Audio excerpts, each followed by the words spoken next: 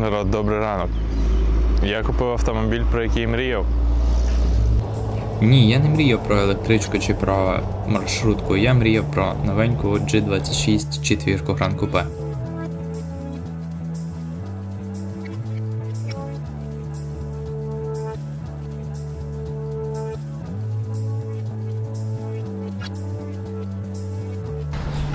Презентую вам мою BMW i4, на якій я вже проїхав 1 рік і 15 тисяч кілометрів.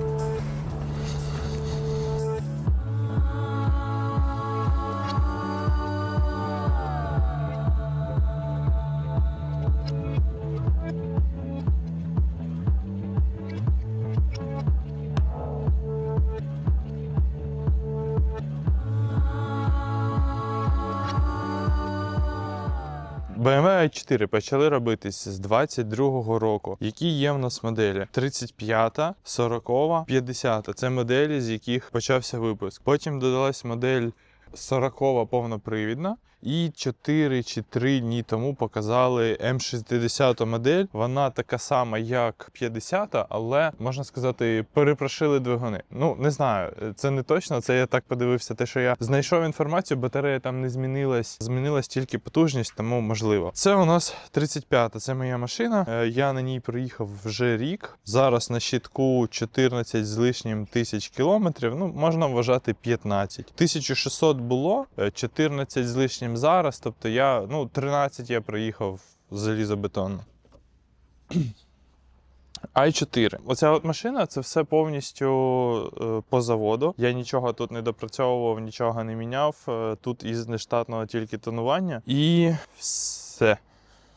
Давайте про передню частину. Фари. Бувають LED, звичайний, неадаптивний, бувають лазерні, 2 види тільки. Плюс вони розділяються ще на 2 види, бувають з хромом, бувають темні. У мене ці темні. Відрізняються, отут полосочка була б хромована, якби це були не темні фари, але темні вважаються, що це краще. Це типу опція Shadowline, додатково за неї доплачують. Мені темні також більше подобаються. Бувають в М-пакеті, бувають без М-пакету. Показую на фотках, мабуть, додаю, тому що так от просто пояснити буде важко. Відрізняються так, але не скажу, що прям супер сильно, але в М-пакеті машина, в принципі, по факту завжди гарніша, так завжди з BMW. Номер на магнітах.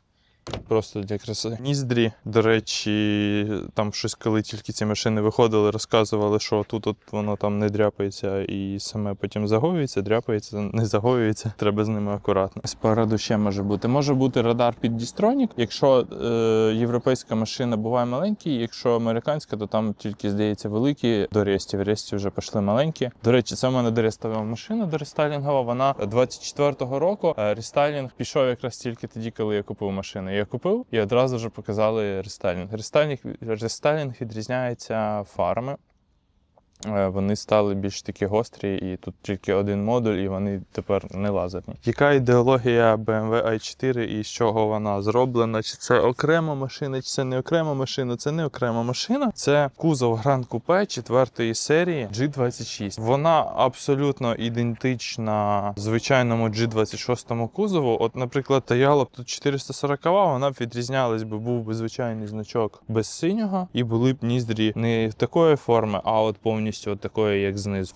По факту все. Боку там різниця в них, різниці немає, тільки значки з синім кольором. І ззаду у нас, я потім пізніше покажу, дифузор також відрізнявся. Що в нас ще за передню частину? Давайте під капотку покажу.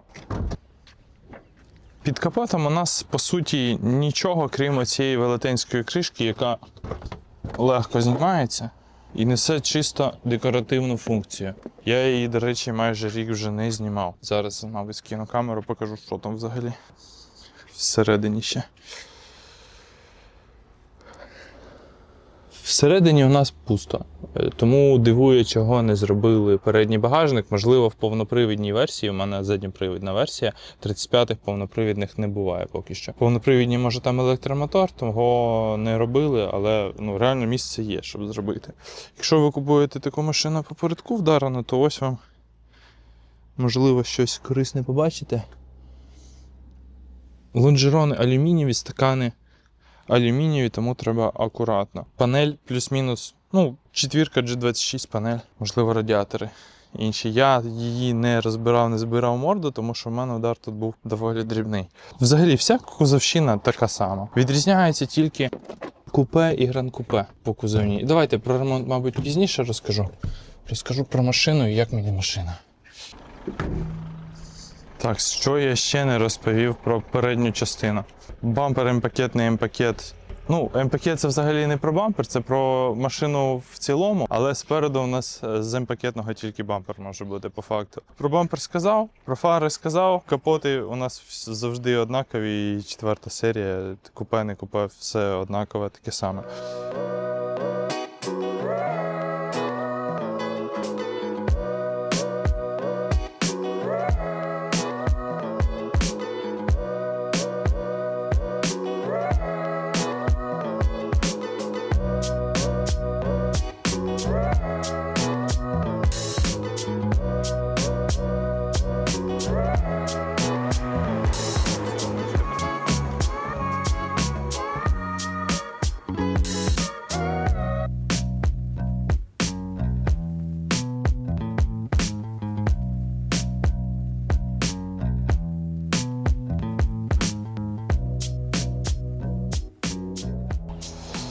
Так, мені треба заспокоїтися і випити кави. Каву, до речі, довелося купувати в форі, тому що нічого ще не працювало о 7 ранку.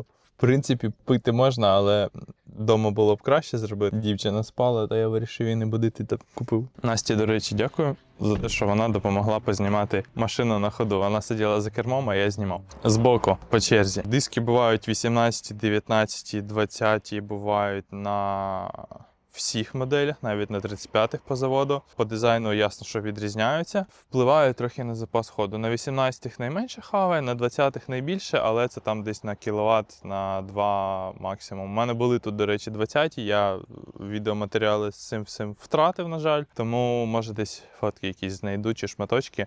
Було гарно, але у мене там гума трошки була високовата, то вона мені як джип виглядала. Я поїздив і думаю, ладно. І менше буде розхід, і більше буде проїжджати, і вигляд буде як у седана, не як у джипа. Збоку, що у нас? Крило. Ідентичне G26 один в один. Поріг, двері, все. Це не чисто електричка, це от G26 кузов. Від купе, гранд-купе відрізняється усім. Двері, крило, поріг, все інше. Бампер також інший передній, також задній інший.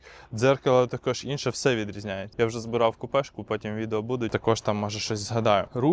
Ручки ці нові. Вони раніше були, отак от руку засовуєш, відкриваєш. На трійках, на четвірці купе також ще ці в старому дизайні. Ці в новому дизайні, але що нове там не знаю, тому що такий дизайн був ще в якихось там Є32, в Є39, в Є39. Вона така була трішки кругла, і можна було так от її відкривати. І взимку вона могла опинитись в руках, тому що там була металева, і вона, коли холодно, вона відпадала. Чи зручні вони? Так, зручні. Вони механічні, ними легко відкривати. Безключовий доступ видно, добре. Він на американських машинах на всіх ручках, на європейських, здається, також, але буває просто немає опцій. Взагалі це просто опція. Дзеркало, форма ідентична, як і в G20, кришка, все, але оця от ніжка відрізняється, тому якщо, наприклад, купувати, міняти, то тільки від G26 підійде. Ця штука у нас знаходиться так само, як в бензиновій машині, але тут у нас місце для зарядки.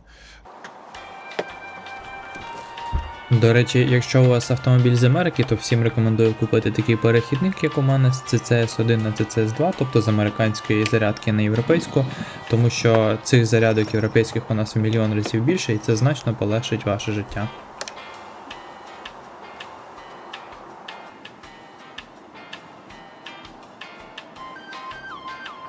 Зверху це повільна зарядка, знизу це швидка, але воно разом там заходить, цей пістолет на швидкій зарядці. Чи зручно воно? Так, зручно. В принципі, мені ніколи якихось труднощів не було, навіть взимку. По висоті, до речі, доволі висока машина, і я її думав занизити спочатку, тому що я на всі машини свої, особливо на четвірку, хотілося на нову поставити пружини Eibach. Я вже подивився на них, думаю, зараз замовлю.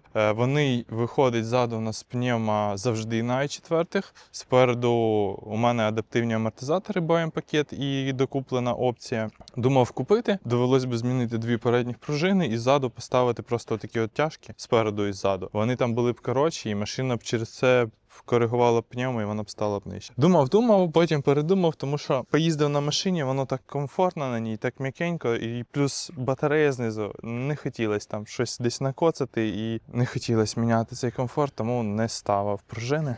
Вирішив поїздити так, лишити стік.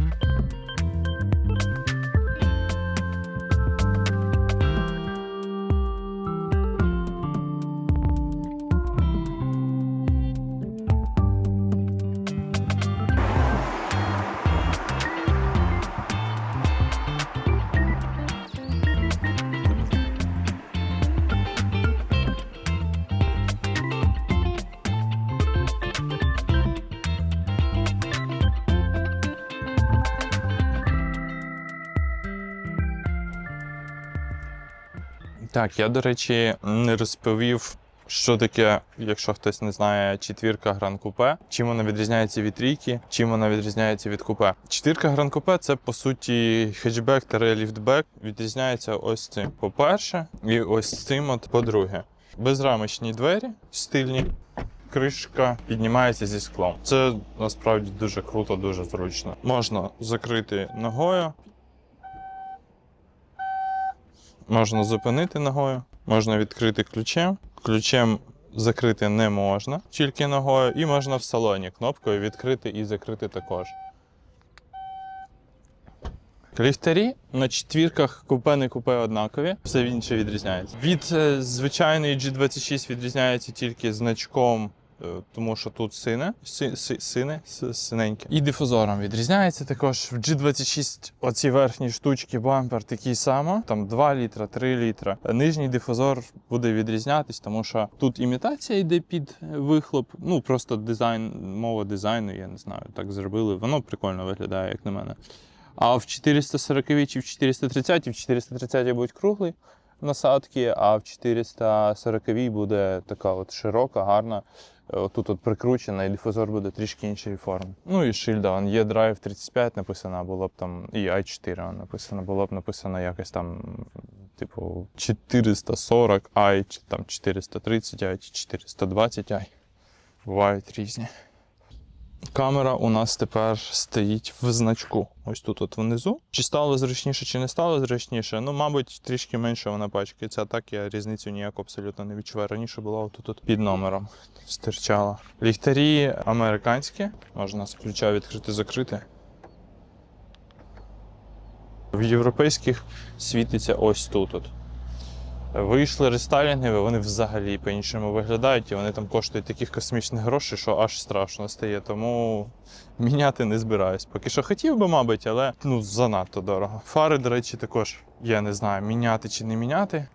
Міняти я не буду, тому що в мене топові лазерні фари, і це дурість їх міняти. Краще тоді купити рестайлінгову машину. До речі, про фари я все розказав, в принципі.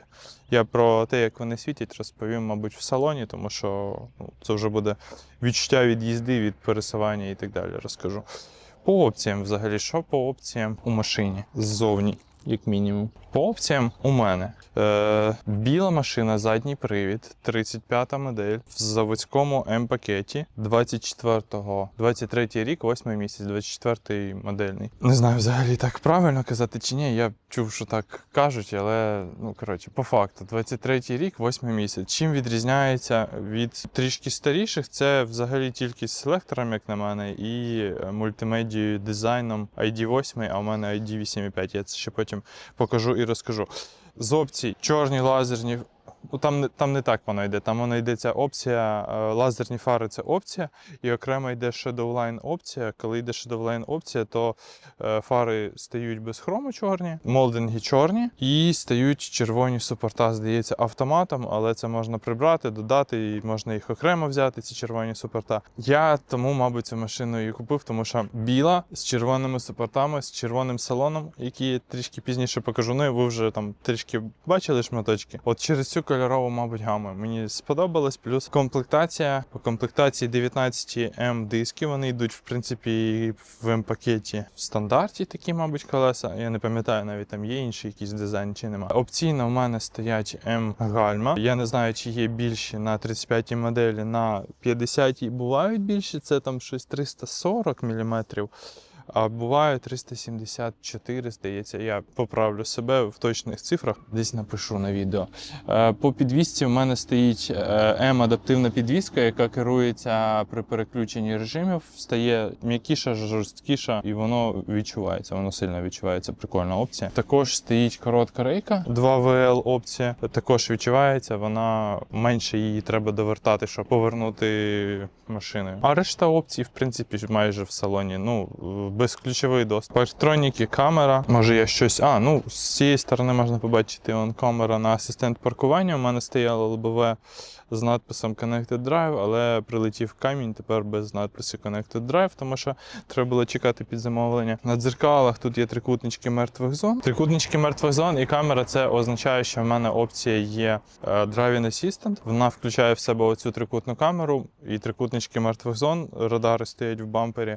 Вона підрулює, вона бачить автомобіль попереду, який їде, реагує на стоп-сигнали, на наближення, може відтормозити, підрулює у полосі, але просто от коли з'їзд з полоси, то вона підрулює, показує мертві зони трикутничками в дзеркалах, що дуже зручно по місту, коли пересуваєшся. Хороша опція. Це для американських машин майже базова, можна сказати, буває розширена з великою камерою. Там називається Traffic Jam, Driving Assistant Plus. Да, Driving Assistant Plus, здається, називається. Вона розширена, там Traffic Jam буде, там буде радар, там машина буде майже на автопілоті. Вони такі, в принципі, доволі часто зустрічаються, але не знаю, мені здається, на цю машину це не супер обов'язково, та опція більше підходить для трас. А на електричках по трасі пересуватись, можна. Я їздив у Львів, я потім про це ще розповім. Це не негативний опит, це нормальний опит, все було добре, слава Богу. Та все, давайте пересуватись в салон.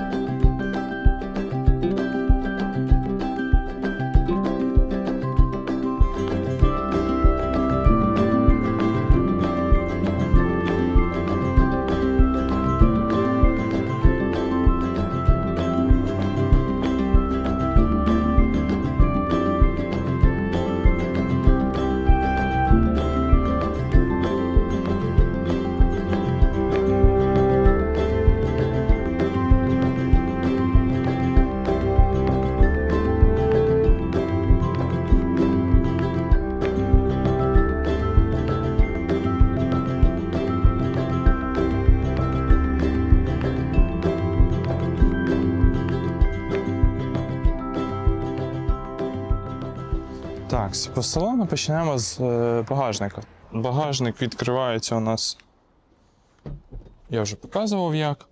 Я тепер покажу, наскільки він величезний, цей багажник. Чи я цим користуюсь? Так, я цим дуже часто користуюсь. Місця в багажнику просто неймовірно багато. Це дуже великий плюс-бонус. Як плюс-бонус? Це от ви собі обрали таку машину, ліфтбек. У вас, мабуть, є якась, потребність в тому, щоб іноді щось таке перевезти. Вона у всіх є, мабуть. Так от шторка знімається, до речі, не супер зручно. В F-серії мені зручніше, бо я її міг там однією рукою зняти, тут не виходить. Ця ставиться так само, як в F-серії. У мене була F36. Відео про них, там в мене навіть 3 було. F36 є у мене на каналі. Welcome. Там багато, в принципі, цікавого. Багажник кайфовий. Я туди поміщаюся, у мене десь є шматочки нарізки, коли я збирав машину. Поміщаюся я туди легко. Так, зріст у мене 186 був колись. Зараз, мабуть, плюс-мінус такий самий. В принципі, сідати не супер важко і сидіти доволі зручно. Місця достатньо. Для голови не дуже, але я не скажу, що мені щось дуже сильно заважає. Я ззаду тут ніколи не їздив, тому що я водій. Якщо навіть і Настя сідала за кермо, мене десь підвозила, коли я в півка, то я сидів спереду. Хоча, до речі, треба буде сісти ззаду. Була ідеальна тиша в салоні, щось десь почало давати звуки. Може, десь щось закотилось, треба буде подивитися. З опцій ззаду. Які тут можуть бути опції ззаду? Тут завжди в G-Series, здається, є клімат, керування кліматом, температура. Підігрівів я ще не разу не бачив на i4. На F36 були, а чомусь на G26 я поки що не бачив. На i4 так точно, на бензинових може десь і є, але я ще не зустрічав. Harman Kardon. Сіточки ззаду видно і підсвітку ззаду видно. Приємно виглядає. Підлокітник. Так от можна сісти, до речі, так стало взагалі зручно. Є підстаканники абсолютно ідентичні, такі як в F-серії. В принципі, нормальні. Я іноді отак от лишаю цю штуку, відкриваю, ставлю там якийсь напій, і воно отак от катається. Надовго цю штуку краще не лишати, бо потім отут така полосочка лишає. Підголівники є, я не знаю на що вони. Вони ще й регулюються отак от по висоті. Не по висоті, а отак от типу відкриваються. Може, якщо десь дуже далеко їхати, але не знаю, допоможе воно чи ні. Коротше, підголівники є, вони навіть регулюються трішки. Та і все по опціям. Чорна стеля. Це у нас привілегія М-пакету, або якщо немає М-пакету, то це опційно можна замовити. Ой.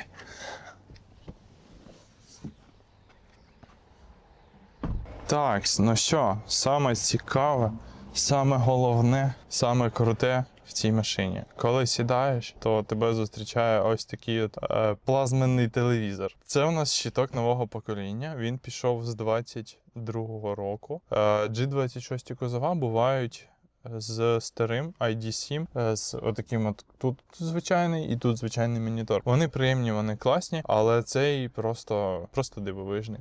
Я через це також купив цю машину, тому що це технології.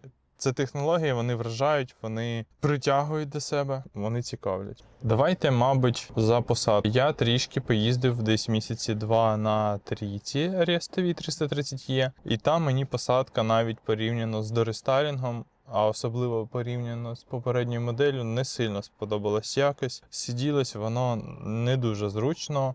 Зручно, класно, все, але от мені порівняно з попередньою моделлю якось сиділось не так, як, не знаю, як це пояснити.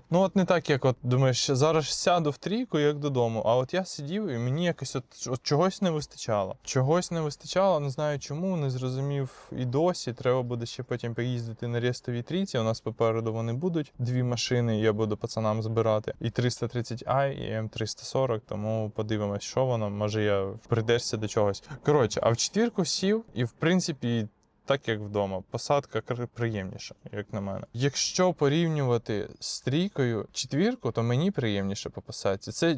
Це чисто моя думка, це от посадка по відчуттям, знаєте, спортивності. Так, коли ти низько сидиш і в тебе так відчуття спорткару. Якщо порівнювати цю посадку з попереднім кузовом з F36, то не те все одно сидиш якось високо і от не те. Навіть якщо з G22 порівнювати, то чомусь не так. Тут якось от G26, G22, раніше трійка, четвірка і купе і гранд-купе майже не відрізнялись, були майже абсолютно ідентичні, тільки що кількість дверей. Тут зараз вони відрізняються повністю. Купе і гранд-купе взагалі 2 різні машини. І посадка, і всі елементи при збірці, все майже відрізняється. Мені подобається посадка. В принципі, класна, комфортна. Може не ідеально так, як хотілося б на попередній моделі, але моделі різні. І це також, це нормально, я вважаю. Просто треба звикнути, я звик і я кайфую від посадки. Та й взагалі від салону. По дизайну. Дизайн карти дуже подобається. В трійці мені не подобалось, що коли немає шкіри, то тут немає цієї стрічки. І воно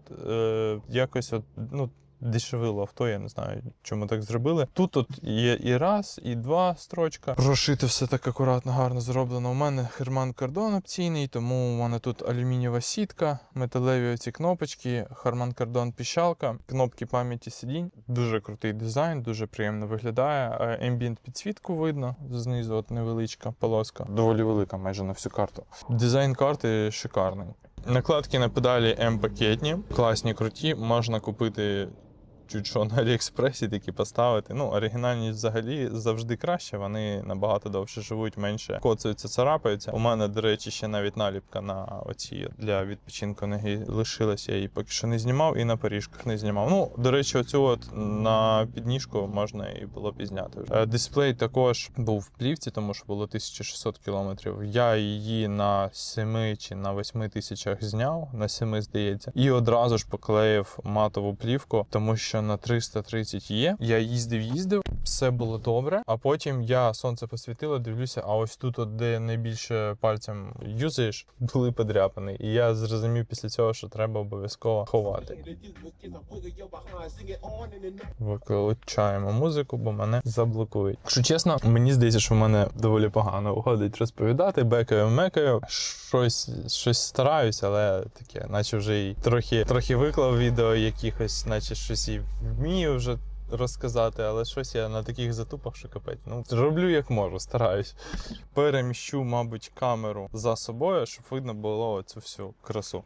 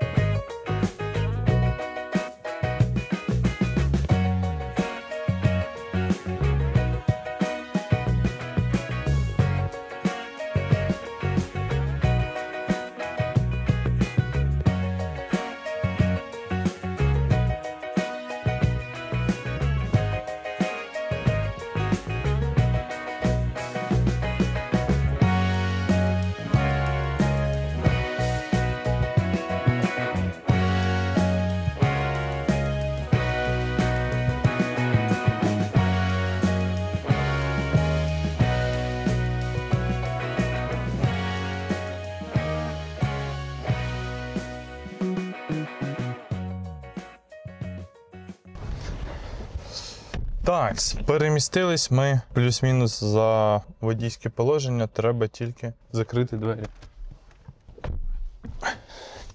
Саме головне питання, чи зручна ця медіа? Так, вона зручна.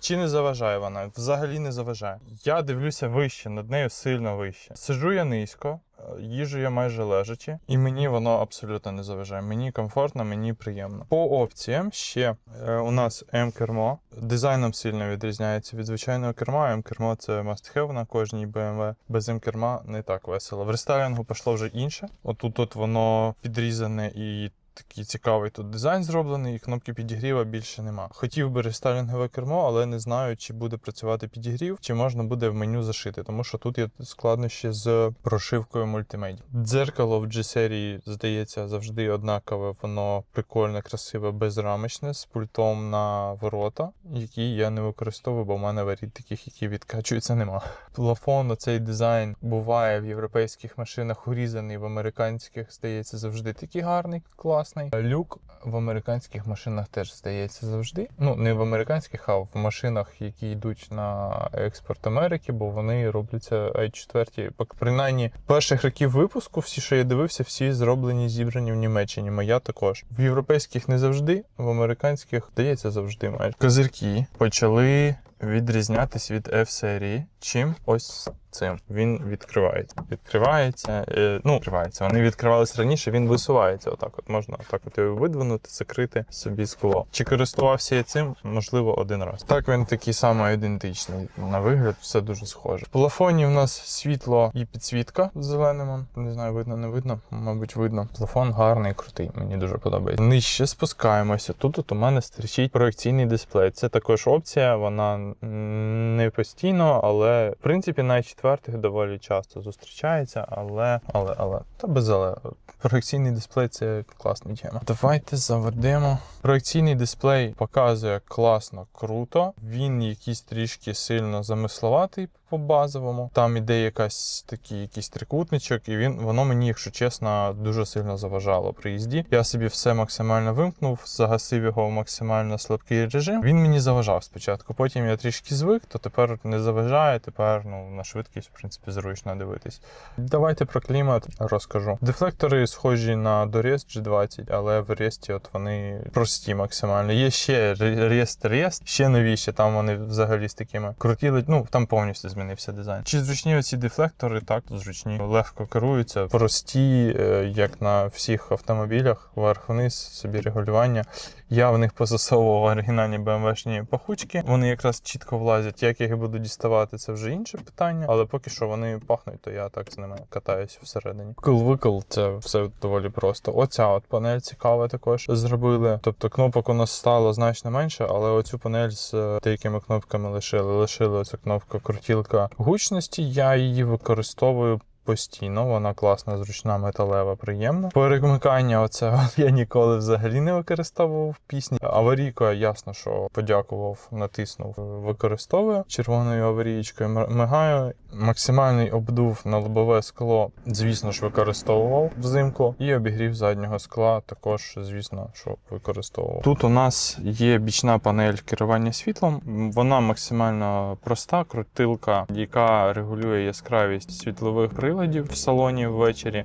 Ближнє світло, автоматичне світло, вимкнути. Парковочних дві кнопки по бокам, ліва-права і габарити. Нічого такого тут. І заглушені ці самі кнопки під противотуманні фари. Склопідіймачі, пульти, кнопки, все звичайне. Кнопка пам'яті також звичайна, зручно. До речі, зробили те, що вона тепер збоку на дверях, тому що раніше треба було лізти, дивитися, що там натискати, а зараз не треба. Керування сидінням такі, як і в попередніх моделях, зручне. У мене тільки немає бічної підтримки, це опція. І їх чомусь стало значно менше, цих бічних підтримок. Раніше на F-серії, на F30 у мене на всіх, на F36 були ці опції. Тут чомусь нема. І мало я таких машин бачив. Точніше, багато таких машин бачив без цих опцій. Сидіння перфоровані, але там обдуву нічого такого немає. Обдув, здається, тільки в М-серії, в М4 є, не знаю, в М50. Я не бачив. Можливо, він є в цих максимально крутих сидіннях, як в М-ці, але ті сидіння я також на американському ринку не бачив, тільки на європейському. Підрульові перемикачі звичайні, абсолютні, як в звичайних моделях. У мене тут кнопочка автодальнього є, тому що у мене лазерні фари і опція є в автодальньому. Якщо це на американський ринок опція автодальнього, вона працює тільки вкл і викл.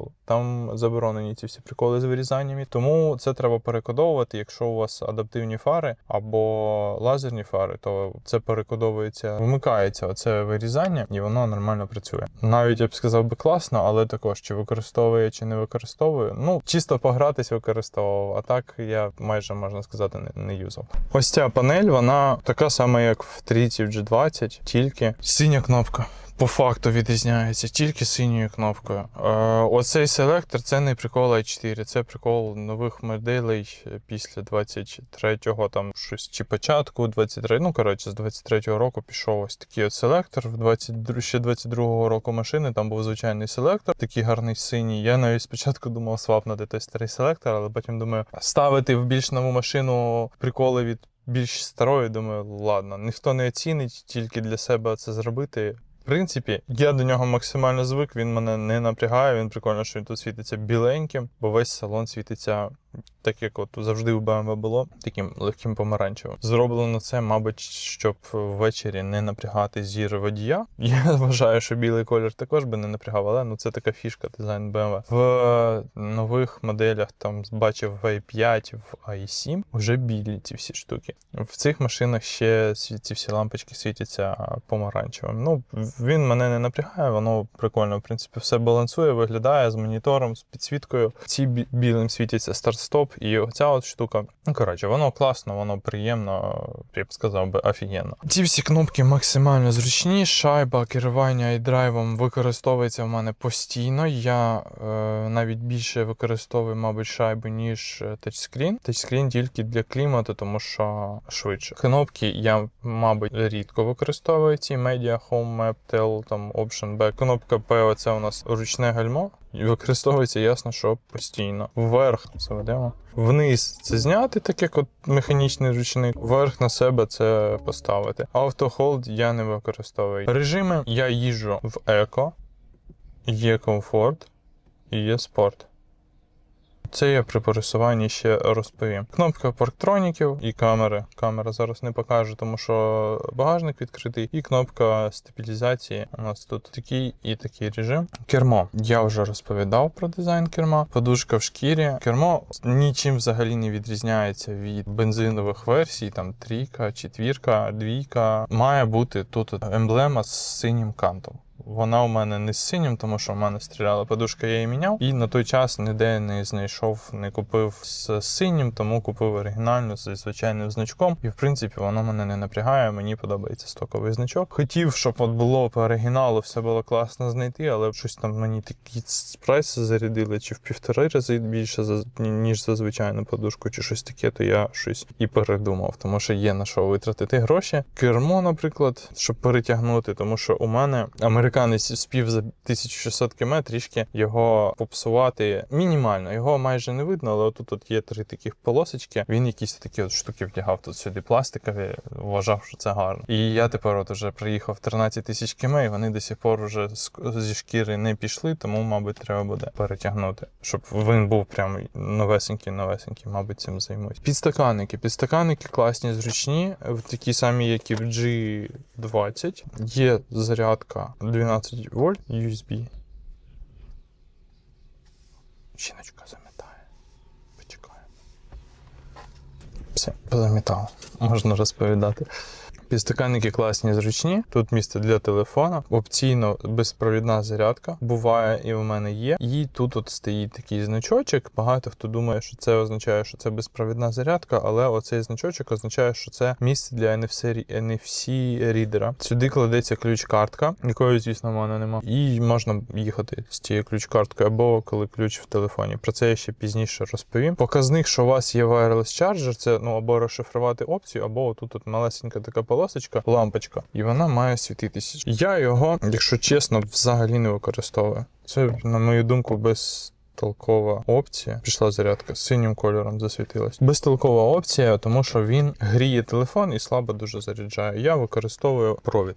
Type-C провід, Type-C в бардачку у нас є тут вихід Type-C, і ззаду також 2 Type-C є, і вони швидко дуже заряджають. Бардачок, до речі, велетенський, такий самий, як G20, дуже класний, дуже зручний, мені дуже подобається оцей підлокітний бардачок. Той бардачок великий, основний, до речі, вам, мабуть, буде не видно, але він звичайний з, як це назвати, не алькантара, це якийсь інший матеріал. Приємний, м'якенький, базовий звичайний бардачок. Використовую також постійно. Можна замкнути на ключ, це так, як, не знаю, ще в старих BMW ручна опція. Ще не показав оцю от гарненьку штуку. Раз, два. 99% часу у мене ця штука відкрита. Хотів наголосити, що прикольного в четвірці. В четвірці є опція, не опція, не знаю, як це сказати. Воно не докуповується, воно, здається, в четвірках завжди є. Оця от штука крута. В трійках отут от воно пластикове, воно в 3 рази менше розміром. Це, коротше, підтримка для коліна, така от м'якушка. Прошита шкірою, не шкірою, це в мене замінник. Воно дорого виглядає і воно м'якеньке, приємне, класна тема. Окремо, наприклад, якщо на трійку купувати, доставляти, воно там такі гроші коштує, що просто капець, їх знайдеш ці штуки. Оця от тема дуже приємна, дуже прикольна. Кнопка багажника прикольно зроблена на дверях, вона вниз і вверх натискається. Натискати її зараз я не буду, тому що камера стоїть, я її розчавлю. Нею можна відкрити багажник і закрити. Це дуже зручно, раніше так не можна було зробити. Це я нічого не кодував, нічого не робив, воно отак от по заводу. Класна тема. Музика Harman Kardon. Грає круто, класно. Порівняти мені з не Harman на G26 я не можу, тому що я не їздив на G26 без Harman. Я їздив на G22 без Harman зі звичайною музикою. Вона грала, в принципі, мабуть, і не гірше. Але це порівнювати отак от, типу, купе і гран-купе і седан, це не зовсім правильно, тому що форма кузова різна. Грає воно також по-різному в такій формі кузова. Там, типу, якщо відрізняється форма кузова, то і якість музики музики також буде відрізнятися. Це факт, це я вже помітив давним-давно. Єдине, що я помітив, це раніше сабвуфери стояли під сидінням на цих машинах, там на четвірках, на трійках, на неелектричних, на от G22 ще теж стояв під сидінням. Тут у мене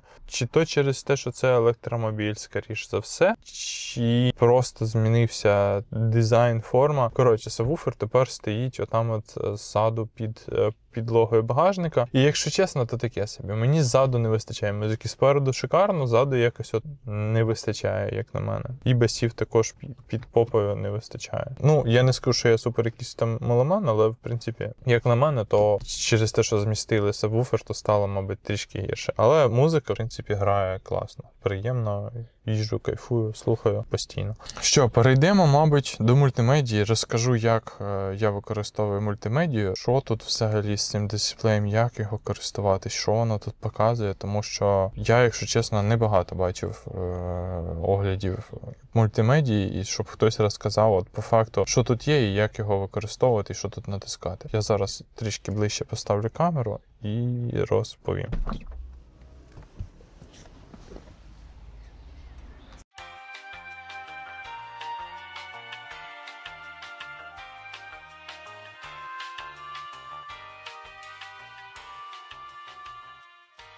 Продовжимо. Я зараз, от якщо спрацює, то покажу, як відкриваєш машину, цей welcome екран. Я не знаю, як його назвати, коротше.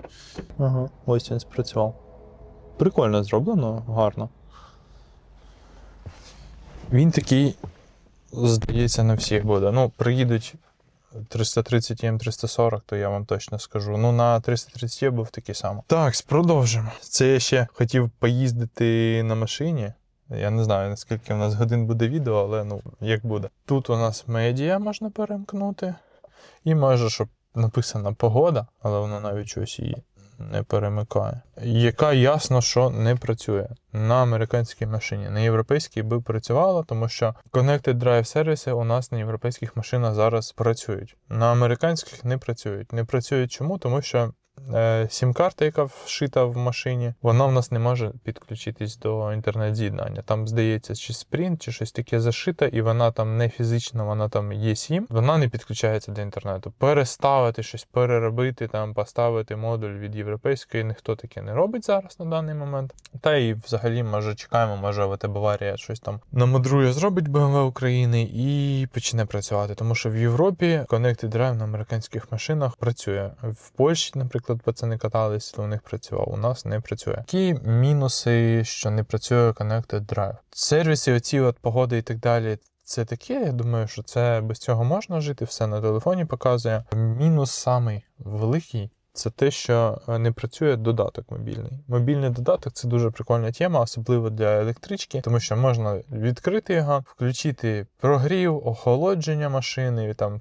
побібікати нею, фарами поблимати. Якщо 360 камери подивитись, що навкруги машини відбувається. Але саме зручне – це, мабуть, що можна через цей додаток додати ключ-карту в телефон і з телефоном використовувати телефон як ключ. Це, мені здається, саме було б зручне. Я б, мабуть, це б використовував. Так як у нас це все не працює поки що на американських машинах, то я про це тільки мрію. Я про це намагався максимально дізнатись, їздив по різним СТО і так далі, хто може зробити і так далі, ніхто, коротше, не робить. І це не тому, що у нас там СТО не прошарені і так далі, це просто от, ну, тому що неможливо зробити, чи дуже важко, чи просто ніхто не хоче це робити. Ну, мабуть, хоче. Я думаю, що хоче, що бажаючих багато на таку послугу було б, щоб Connected Drive на американській машині запрацював, але не працює, на жаль.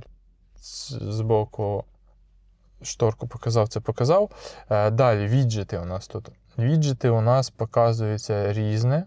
Особистий асистент, до речі, мову я міняв за $350, зараз коштує 250, але мені без асистента зробили. Я навіть тоді не знав, що він тут є. Я думаю, я б його все одно не використовував. Це у нас показує музику, це у нас показує, кому дзвонив. Це я все не використовую, музику також це я не використовую, це у нас мапа, це я не використовую. Це показує у нас також або мапу, або компас, або широту, довготу. Це я використовую. Мій BMW оцей віджит, я отак от його лишаю, отак от воно у мене стоїть. Коли з машиною все супер, воно пише «Мій BMW все добре». У мене воно не пише, що все добре, тому що у мене пише «недостатньо миючої рідини» і пише «налаштуйте дату і час». І отут от нюанс з цим датою і часом, тому що я її не можу налаштувати отак от, сидячи в машині, отак от зайти в меню і налаштувати. Її налаштовувати треба тільки істою, заходити в сервісне меню, збрасувати там, і вона тоді налаштовується. Вона налаштовується, я на ній півроку їжджу. Коли переводять годинник тут не переводиться, вона на годину показує неправильно, а потім через тиждень вона перестає показувати. І треба, коротше, раз в півроку підключати комп'ютер і перелаштовувати. Оце вже коли годинник переводили.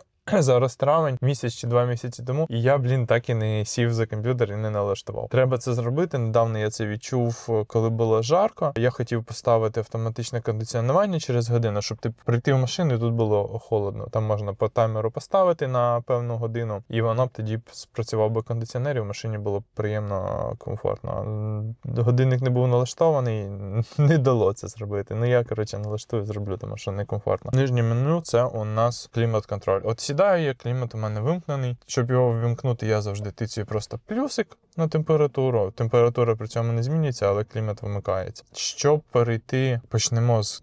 оці от пункти я, в принципі, не юзаю, але можна перейти, там, на медіа, на мапу. В цьому меню використовую оці 3 кнопки, вони якраз і посередині стоять, логічно. Почнемо з клімату.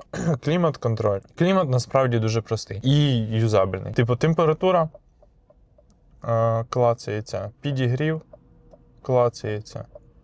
Підігрів керма у мене на кермі, якби у мене була рестова машина, то воно було б тут в меню кнопочка цього. Підігрів керма активовано. Тут пише і на проєкції теж пише. Меню клімата. Це у нас режим, звідки йде повітря. Це у нас AC, це кондиціонер вкл кондиціонування. Сам кондиціонер, щоб холодним дуло, а не брало просто повітря з вулиці. Це у нас авторежим перемикається. Коли авто, то менюшка змінюється, тому що направлення повітря ви не регулюєте в авто.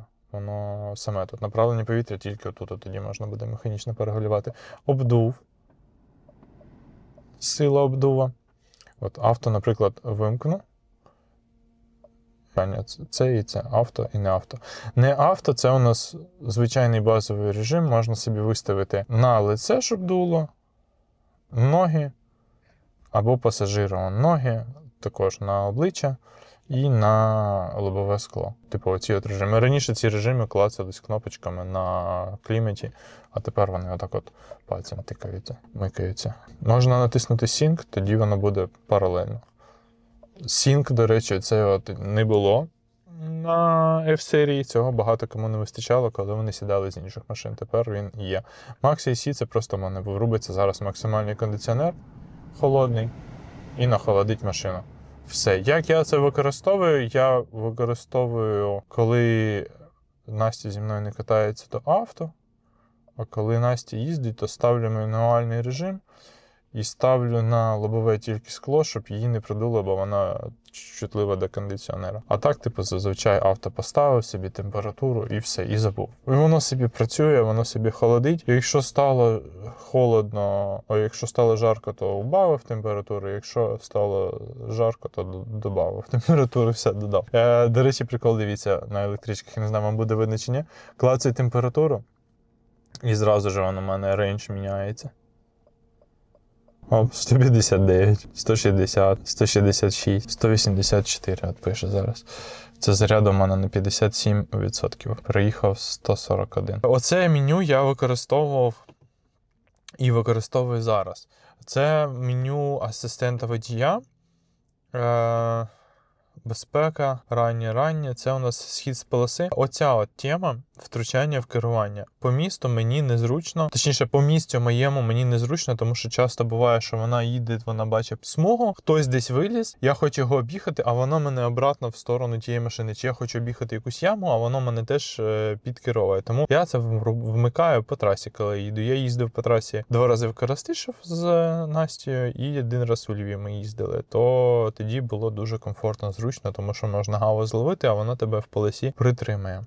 З'їздив Виїзд зі смуги ранні, це трикутнички світяться, це зручно, це класно. Асистент втоми, це коли довго їхати, то теж не використовує. Оп.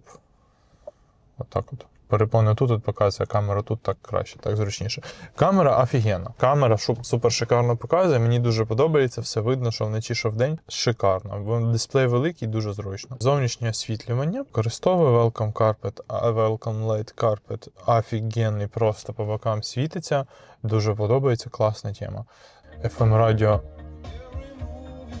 У нас група Поліс грає. Внутрішнє освітлення теж використовую, міняю кольори. Останнім часом їжджу з зеленим. Кольори я, до речі, підзняти забув. Кольорів у нас доволі багато, але вони, чесно кажучи, мені щось взагалі я не розумію, який би я хотів би юзати.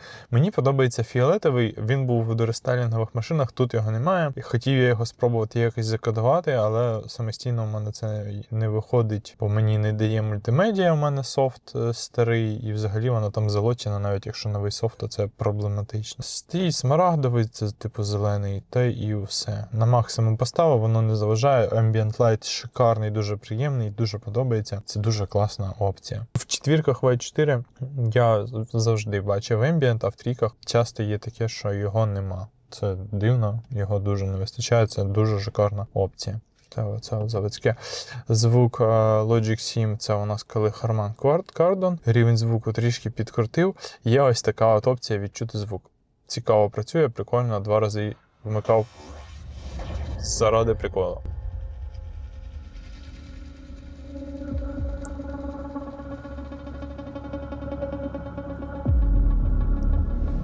Вийти з неї отак от легко можна, воно там щось секунд 30 грає. Прикольно. Can you see? You belong to me.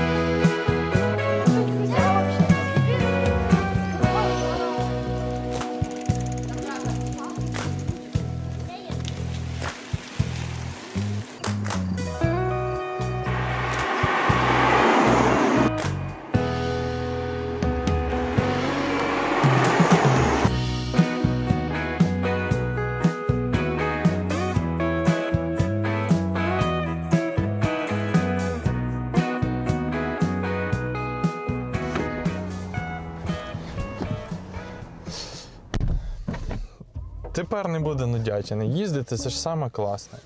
Це ж машина ж для того, щоб їздити. І я на ній їжджу багато. Телефон часто от сюди кладу, на сидіння. Не знаю, видно чи ні. Кава в підстаканнику. Селектор зручний, реально зручний. Клацнув собі. З ручника зняв отією штукою. Я раніше на 330 є, коли тільки їздив спочатку, то я щось клацав кнопку ручника, клацав кнопку селектора, путав їх. Зараз ніколи не путаю, дуже сильно звик. Їздити на мені на машині максимально просто я б сказав би, гіперкомфортно. Обзор хороший на машині. Порівняно з F-серією, вона стала більше. Трішки, мабуть, мені на F-серії було, можливо, трішечки комфортніше. Треба було звикати. Я вже звик, я вже добре відчуваю габарити, вона реально стала більше десь сантиметрів, мабуть, на 10.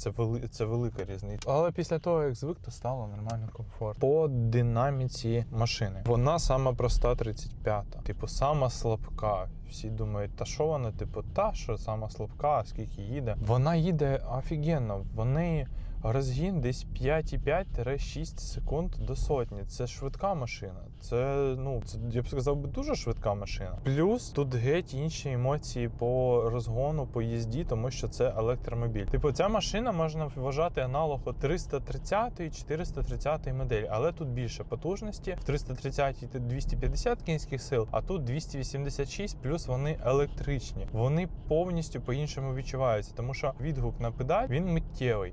Тяга постійна. Вона їде просто шикарно. Ця машина ідеально підходить для пересування на кожен день. От дейлі автомобіль, вона просто шикарно підходить. Так, це не автомобіль вихідного дня. Це машина джоп на кожен день, по факту. Але на ній і класно драйвово їздити, вона дає емоції. Конкретно моя машина, вона з М-гальмами, вона з М-підвіскою, вона з короткою рейкою. Вона ще через те, що електричка, в неї центр ваги зміщений вниз. І вона просто шикарно керується. Просто шикарно. Однією рукою у мене більш коротка рейка. Повертати, заїжджати усюди кайфово, просто кайфово. Вона дуже м'якенька. Скоріш за все, це не тільки через те, що адаптивна підвізка, це опційно. Вона не завжди є ця адаптивна підвізка, а і через те, що електричка вища, у неї своя по факту підвізка, амортизатори точно інші на електричках і пружини. І тут стоїть доволі велика гума, як для трійок, четвірок. Тут ззаду 255, спереду 245. Це велика гума. І через це, скоріш за все, такий комфорт. А вона дуже м'якенька. Вона порівняно з усіма моїми попередніми трійками, четвірками, вона в рази комфортніша. Я ще на такій комфортній машині не їздив. Не володів такою комфортною машиною. Може, я на якихось там інших їздив комфортних, але мені вона максимально комфортна. Вона і збита, і керується, і дуже комфортна, м'якенька. Шумка хороша. Шумка краще, ніж в попередньому кузові, точно і сильно точно краще. Динаміка у нас відчувається в будь-якому режимі, навіть в еко. Ставимо комфорт, по динаміці я, відчуттів не відчуваю різниці, але поверну, мабуть, також. Але міняється в нас звук додається. У нас додається звук при пересуванні.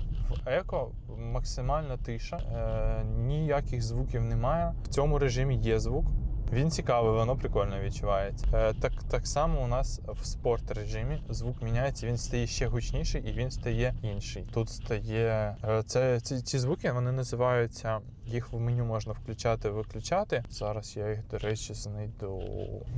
Швиденько. Водіння, ходова частина. Iconic Sound вона називається. Можна його вимкнути. І стала тиша. Є ось тут на щитку полосочки, стрілочки. Це показує рекуперацію. Середня, висока і низька. У мене стоїть низька, бо я звик їздити на бензинових машинах, що я дав газку і вона їде накатом. При низькій рекуперації вона їде близько до звичайної машини, трішечки пригальмовує. Рубанулась камера, поставив 1080, я думаю, що все буде видно, все буде зрозуміло. Поїхали далі. Я розповідав про спорт режим і про рекуперацію. Гуму палити вона не дає. Я це спробував ще в перші дні, коли тільки отримав і зібрав машину і виїхав. Якщо вимкнути стаба, то не дає взагалі нічого. Просто стоїть на місці. Там задній мотор, електро, в нього ж рекуперація, мабуть, через це. На слизькому бичком роздати дає, але я теж пробував тільки один раз, коли прям лід був. Шкода машину сильно псувати. Ставлю поки що еко. То я сильно не намагався, але в принципі когось п'ятачка дати можна. Вона ж задній привід. Наскільки взагалі на задньому приводі на такій машині, на електромобілі важко чи не важко? Вага відчувається. В мене ще взимку стояла гума вуща, то мені трішки було, я б сказав би, очково їздити. Я ставив, коли було слизько, було трішки очково, коли прям лід був там і слизота, то я ставив режим Б, і в режимі Б ще задня вісь рекуперацію гальмувала, Режим Б – це коли типу їзда однією педаллю.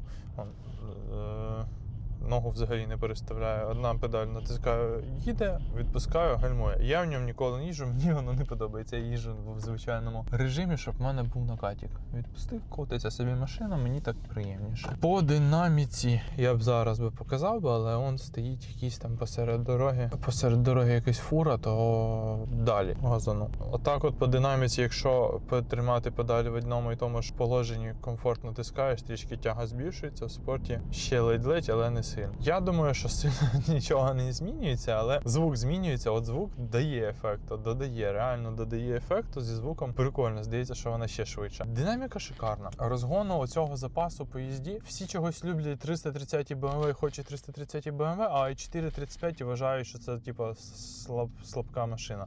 Ніфіга вона не слабка. Вона, по-перше, легше, ніж 40 на 200 кг. Потужності, да, там менше, там в 40-вій більше. Я не їздив, я не знаю, які до 40-ва, якщо чесно. Не їздив ні на Теслах, ні на чому. У мене був електричний Голь, він мені подобався. Я після нього, у мене були тільки позитивні емоції, то я вирішив собі, я собі мріяв купити G26. Мені не принципово було там 2-літрова, 3-літрова, але про електричку у мене тільки позитивні були емоції. І ця машина за ці от гроші, в які вона стала, це був шикарний варіант. Бензинову машину в такій комплектації за ці гроші ніколи в житті я б не зібрав би найближчим часом. То я купив собі електричку. Я її сам обрав, вибрав. Мені подобається дизайн. Я машиною реально задоволений. Що, спробуємо газанути? Я думаю, що камера зараз улетить. Ні, не улетіла.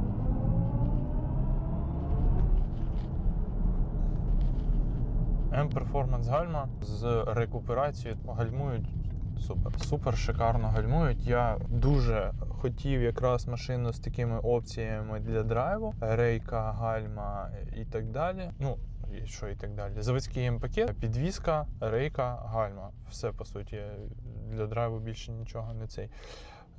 Давайте ще раз.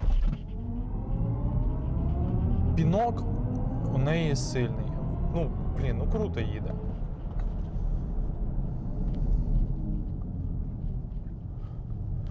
Круто їде, головне, щоб було де так їздити на ній швидко. Я зазвичай так не навалюю, але можна. Це можна робити, це, в машині від цього не добре і не погано, вона просто виконує поставлені задачі, вона на це розрахована. Я їжджу в еко, в максимальній тиші, це там десь музика грає. Підвізка, до речі, кардинально змінюється. Коли спорт-режим, то кермо стає важче і підвізка стає більш дубовою. Для спорт-режиму це якраз і супер, воно так і повинно все працювати. Так воно більш безпечно навіть керується, коли воно все більш зажате. Але і в комфорті вона м'якенько собі входить в повороти, і навіть і в комфорті класно. Що ще розказати важливого? Важливе – це запас ходу. От у мене зараз показує з моменту заряджання 19,6 розхід. Зараз у нас 16,5 градусів, клімат плюс-мінус не сильно використовую. Десь в таку погоду у мене середній розхід 18 кВт на 100 км, батарейка у мене 70, то можна вже порахувати. По факту розхід – це сугубо індивідуальне поняття для кожного на електричці. Тому що хтось швидше, хтось повільніше їздить, хтось більш різко натискає на газ, це теж відчувається для неї. Хтось не любить накат, не знаю, хтось постійно газ-тормоз, хтось котиться. Від погоди це все залежить і так далі. Усередині значення можна поназивати. Це, наприклад, у мене взимку сильно ріс розхід, це було 250 км. Мінус електрички ще, що її мало хто чує. Бензинову можна було б нейтралочку вимкнути, погазувати, налякати. Не налякати, а просто попередити, що я їду. А на електричці мало хто чує. Коротше, взимку у мене було десь 250-300 км запасу ходу. Самий мій максимум, що в мене показувало, це 385 чи щось таке. Я думаю, що реально можна було б проїхати, але теж там від стилю їзди залежить. Середній зараз можна проїхати десь 350, влітку десь 330, мабуть, з кондиціонером. Коротше, середнє значення, як на мене, то це 300-320 км запас ходу. У мене от при моїй їзді, я молодий хлопець, я іноді можу на газ натиснути, часто. У мене виходить 300-320 км. По психології і так далі, да, ти заправляєш бензинову машину і там пише, що можна приїхати 400-500 км, але теж там же все ж залежить від стилю їзди. Мені цих 320-350 км вистачає з головою. Мені вистачає заїхати до батьків, зарядитись, лишити на ніч машину і їздити цілий тиждень. Можна заряджатись на фастчарджерах, я це перевіряв. Я дивився, що воно рахував, як воно виходить по розходам. Це дешево. Якщо ви оце є певна градація. Ви сідаєте, наприклад, з 440 на 330, у вас розхід з 15 літрів падає до 10, ви вже вважаєте, що ви типу їздите на шару. Ви сідаєте з 330, якої був розхід 10 літрів, на i4 заряджаєтесь на платних зарядках, у вас виходить, наче ви їздите з розходом в 5 літрів бензину. Я там перераховував, у мене так виходило. Типу, якщо на платних, біля новоса якраз швидкісна зарядка є, заряджає, там залежить від потужності зарядки, але за 30 хвилин зазвичай я заряджався і їздив теж там. До 100% я не заряджався до 80 і їздив я там 3-4 дні ізі.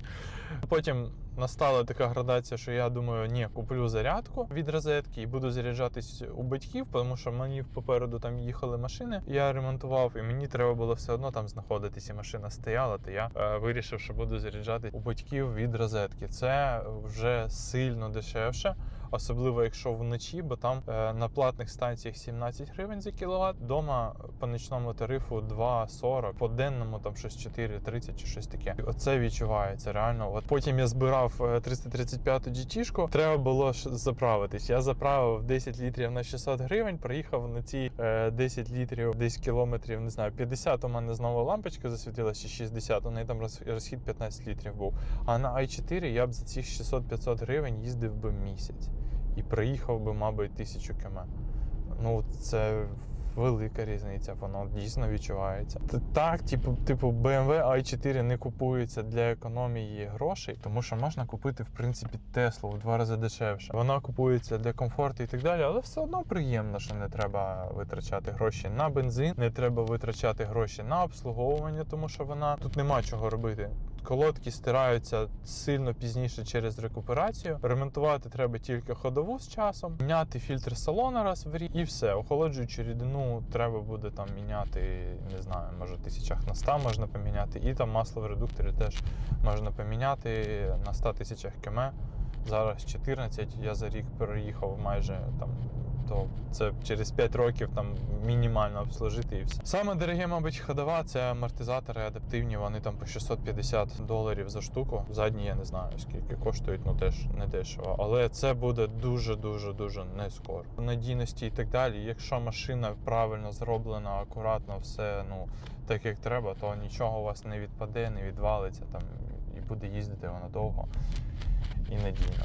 Чому я вибрав таку машину, я вже казав, що я хотів собі G26, і реально от аналогічні бензинові машини, вони б коштували ну просто космос грошей, вони були б простіші, вони були більше пробіги, вони були б старіші ще з МГУ, то ну мене не напрягає взагалі, що це електрична BMW, я взагалі не проти цього. Плюс величезний, що вона виглядає точно так же, як бензинова, тому я її захотів купити, тільки буквально там решітка і так далі. Ну, по суті, це та сама машина. Можна реально зняти батарейку, свапнути сюди B58 і це буде 440. Реально в кузов ідентичний.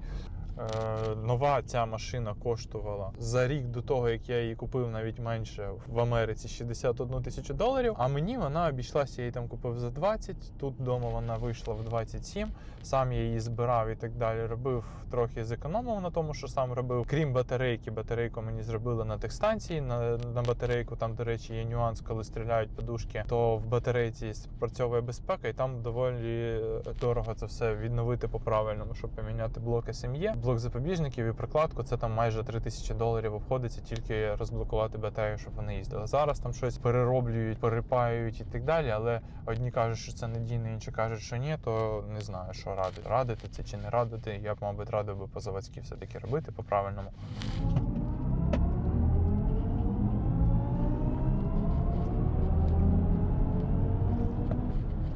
Дуже тихо в салоні на такій швидкості, це ще шторка відкрита. Я на ній по трасі завжди їду 130, тому що це комфортна для неї дуже швидкість.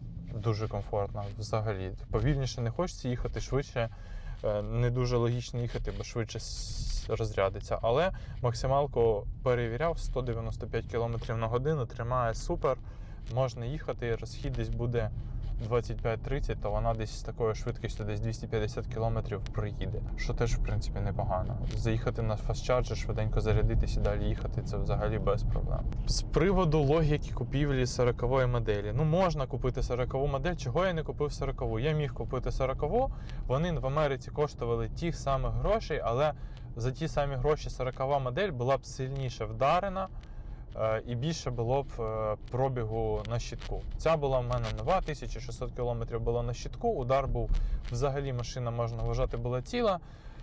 Саме дороге це було фара лазерна, чорна, така як на М3, на М4, це дуже дорого.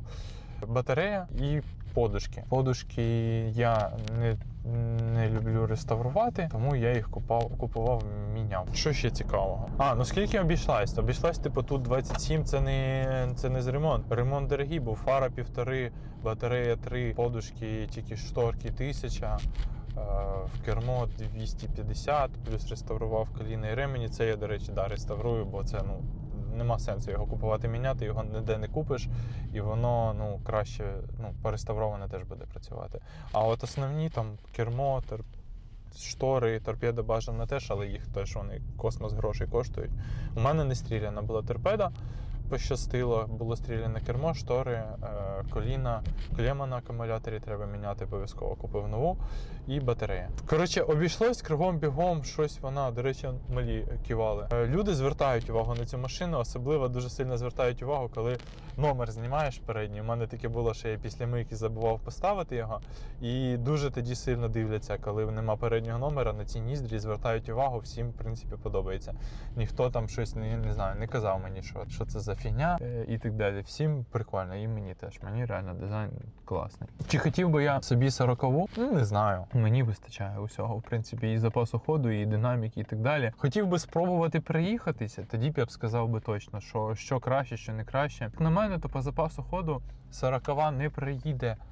От, типу, різниця в них там скільки? В 12 кВт, це там, якщо супер економно їхати, то це десь кілометрів 80 різниця по запасу ходу буде. І різниця ще в них є не тільки в кіловатах, а у вазі. Ця машина на 200 кг легше, це я розцінив для себе як плюс, що це буде комфортніше все-таки трохи їздити, бо машина нелегка, вона важить 2 тонни, це дофіга насправді. По сходу у 40-ї моделі буде не в рази, не колосально більше, тому що вона на 200 кг важче, і батарея там всього лише на 10 кВт більше. Це на 50, на 60 км в звичайному режимі експлуатації по місту вона приїде. По трасі трішки більше, бо там статично ти їдеш з однаковою швидкістю, то там може на 100 вона більше приїде по трасі. Якщо ви їздите сильно часто по трасі, то можна взяти 40-ву, але я не знаю, хто на електричках сильно часто їздить по трасі взагалі. Особливо на BMW. Є там, наприклад, Тесли, які приїдуть по трасі більше, сильно більше, мабуть, якась Model S. Теж я не можу порівняти Теслу з BMW. Можу візуально порівняти, але я не їздив. Я сидів, що в трійці, що в XC, що в S, але не їздив. Сидіти мені дизайн BMW набагато більше подобається по салону, набагато, просто в рази. По шумці кажуть, що Tesla сильно гірше. Тут шумка шикарна. Я порівнюю навіть з попереднім кузовом BMW, з трійками, з четвірками. Сильно краще шумка, класно, тихо, приємно. На електриці ще їдеш, нічого, ніяких лишніх звуків нема, по кайфу, дуже приємно. Чим ще можна погратись, розказати щось важливе? Для кого ця машина? Це я, мабуть, буду висновок зараз знімати. Та і усе. І так, відео на 10 мільйонів годин вийшло. Я думав, 35 буде, а вийшло далеко не 35. Були в мене думки, що треба купувати i4 в класній комплектації, тому що якщо в комплектації самий бубен, як то кажуть, то чи буде це тою BMW, за яку ви віддаєте гроші? Може тоді вже краще купити Теслу, але не знаю. В принципі, мабуть, навіть сама пуста без пакету машина буде все одно хорошою. З хорошою шумкою вона не відрізняється по комплектації, з таким самим дисплеєм і з такою самою ергономікою. Давайте, мабуть, висновок якийсь підзнімемо, розкажу та й поїду монтувати, бо через 2 дні випустити, а буду сидіти я, мабуть, до ночі. Вімкну зараз гарно ще фари, мікрофон працює. Є електрозаворот дзеркал, до речі, але він, мабуть, усюди є. Кришки чорні, це по заводу, до речі, у мене було. Фари просто для вигляду. Що ще про машину можна розказати? Можна розказувати, як бачите, багато. Я розказую вже, не знаю, наскільки відео вийде, десь години, може півтори. Можна ще розповідати і розповідати. Мабуть, розповім, що б я ще б хотів би зробити з машиною і висновок якийсь, та і все. Хотів би я багато б зробити, я ж власник BMW, я хотів би взагалі мільйон, можна робити все, що завгодно. Губу, вже дивився зразу, коли машина приїхала, кришки під М50, спойлер прикольніший такий, більш агресивний. Дифузор я б не міняв, бо він мені подобається і немає аналогів якихось крутих. Буває M-Performance, але він там дорогущий з карбоном, то я б не ставив би. Ніздрі мені дуже подобається цей дизайн, я б їх ні на що б не міняв би. Тільки можна було б поставити тут літерку М замість літерки I. Вона йде в М50 моделі, воно прикольно, в принципі. Можна було б зробити жовті глазки, бо в мене ці фари ще як у М4, вони, прикольно тут от синеньке. І якби були б жовті ці глазки, воно б класно, було б патріотично, виглядало б круто, як на мене. На білій машині, в принципі, я дивився фотки, воно пасує.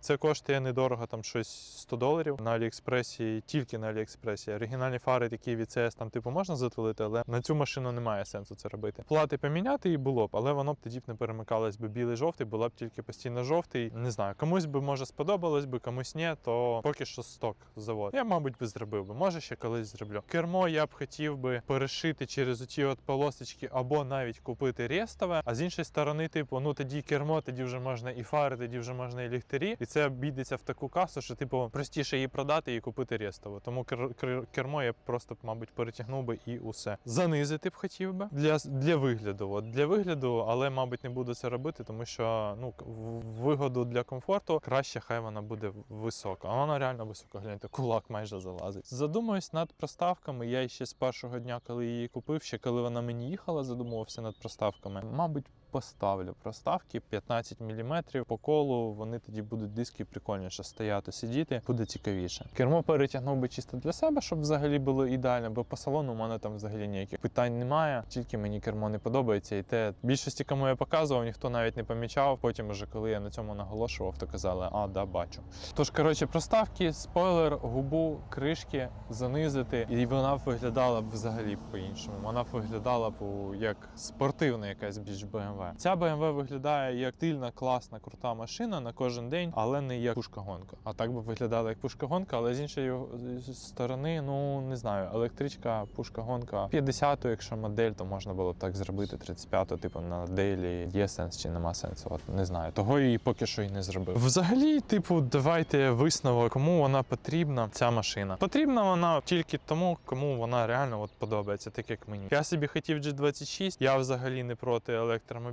Вона така гарна, ну, як на мене, що просто капець. Мені трійка не така гарна взагалі. Вона стильна, у неї стильні ці лінії кузова, у неї мега круті фари, такі самі, як в М4, ліхтарі такі самі, як в М4. Ніздрі дуже схожі. Ну, стильна, ну, класна машина. Ну, це супер новітній дизайн. Я її коли купував, це було рік тому. Їх не було, цих машин взагалі. Їх не було на АВТ Баварії. Не можна було потрогати, пощупати, проїхатися, взяти на тест. Ну, не було. Їх не їздило по дорогам взагалі. Їх ще ніхто тоді майже не приганяв. Їх дуже мало було. Їх зараз мало, а тоді їх взагалі не було. Я так кайфанув від цієї машини. 1600 км було на щитку. Нова машина, в плівках вся. Блін, ну круто, круто. Взагалі. Ніяких там дефектів. Слабо була вдарена взагалі. Ну ціла. Реально, машина можна вважати, що не бита, тому що все поміняно. Оці от деталі, я думав, що доведеться фарбувати. Я їх не фарбував, тому що вони вижили. Мені ПДРщик тут крило трішки виправив, тому що воно було задерте.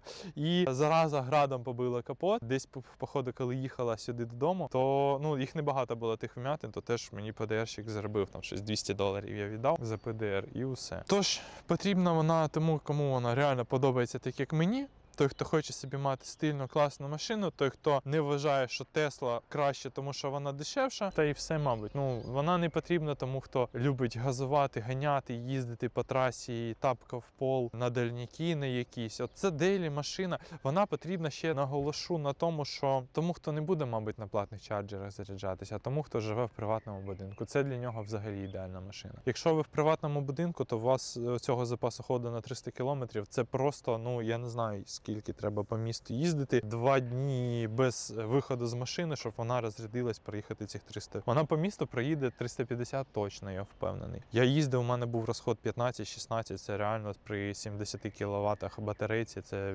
більше ніж 400 км. Це шикарна машина. Поставили на зарядку, вранці забрали. Вона десь от від 0 до 100%, вона, коротше, 20 годин десь заряджається. Ця машина у мене, що здається, ніби як і багато, але ви не викатуєте цей рейндж за день ніколи, тільки коли по трасі. Якщо по трасі, то ви просто на фастчарджері зарядились і забули. Це швидко, це 30-40 хвилин, і воно заряджене, і погнали собі далі. Ви не викатуєте цей рейндж в 350 кілометрів, ви заряджаєте її за ніч на 50%, чого з головою. Типу, але це коли ви живете в приватному будинку. Якщо ви живете десь не в приватному будинку, будете заряджатись на приватних станціях, то це буде не супер величезна економія, і це трішки нюанс, що ви витрачаєте свій час, сидите в машині годину, там, поки вона зарядиться, грубо кажучи. Поки приїхали, поки поставили, то це такий от нюанс. Краще купувати, коли у вас приватний будинок. Шикарна машина для жінки, наприклад, як друга машина в сім'ї, там, щоб возити родину, сім'ю, дітей, якісь, не знаю, речі, пакети, щось з епіцентра привезти, якісь двері можна, щось таке. Реально влазить дуже багато всього. Та й таке. Собі я купив, тому що реально зайшов на аукціон і такий думаю, все, треба брати. Така офігенна, така гарна. Реально дуже сподобалась машина, то і купив. Що я можу сказати? Чи накатався я, чи не накатався? Мабуть, накатався. Я хотів би спробувати тепер знову якусь бензинову там, чи взяти собі М340, чи М440 поїздити, бо я їх збирав покатався, мені сподобалось. Прикольно, воно іноді хочеться щось таке покрутити, поробити. То, мабуть, я буду скоро закидувати, продавати. Стала вона мені в 35. Ринок у них, коли вона приїхала, було десь 42-41 така машина. Зараз, не знаю скільки, мабуть, 38 вона коштує в такій комплектації, з таким ударом, з таким пробігом, в такому стані. То, може, пізніше трохи закину на авторія, буду продавати. Поки що ще катаюсь і, в принципі, не знаю, може ще поїздив. Бо проїздив вже майже рівно рік. Виїхала вона у мене десь в середині літа, а зараз от післязавтра буде вже 1 число літа, то 11 місяців я приїздив і не так, що там, типу, не знаю, раз в тиждень виїжджав, а кожен день, як машина з 13 тисяч км, це, реально для мене багато, в принципі. І що, я лишився задоволений і лишаюсь задоволений. Можу радити купувати i4 BMW 100%, тому що, це крута машина. Реально крута машина. Дякую, що подивились це відео. Я намагався, старався щось донести, якусь думку, якийсь досвід свій перенести, передати. Сподіваюсь, що гарна була картинка, було цікаво, не сильно нудно. Мабуть, більшості людей, які люблять отакі от швидкі тести в стилі TikTok, то буде нудно, скучно, але я б намагався все розказати в одному відео, тому отак от. Дякую ще раз, що подивились. Прошу вас підписатись на канал, якщо вам було цікаво, тому що про BMW я далі ще буду випускати і випускати. В мене назнято багато матеріалів. Про ремонт цієї машини далі буду також показувати, розказувати вже в наступному відео, яке через тиждень після цього вийде. Тому прошу вас підписатись, напишіть, будь ласка, коментар, як вам взагалі i4 така машина, що вам подобається, що вам не подобається, як вам ці ніздрі, як вам ці фари. Що ви вважаєте з приводу 35-ї моделі, чи треба брати тільки 40-ву, чи треба тільки брати повнопривідну 40-ву, чи М50, чи М60. От, до речі, 60-ту було б цікаво. Якусь рестайлінгову 60-ту, потім після цієї взяти через якийсь час. Також було б, мабуть, по приколу. Але її тільки позавчора показали, тому коли це буде, що це буде, і чи взагалі можуть ввести, до речі, мито на електромобілі через рік. І тоді це буде вже для нас важкодоступні речі. І я думаю, що ціна цієї машини навіть виросте часом, коли зроблять. Але може і не зроблять, не знаю. Таке. Мабуть, все. Дякую за перегляд. Підписуйтесь. Дякую, що подивились. До зустрічі в наступних відео.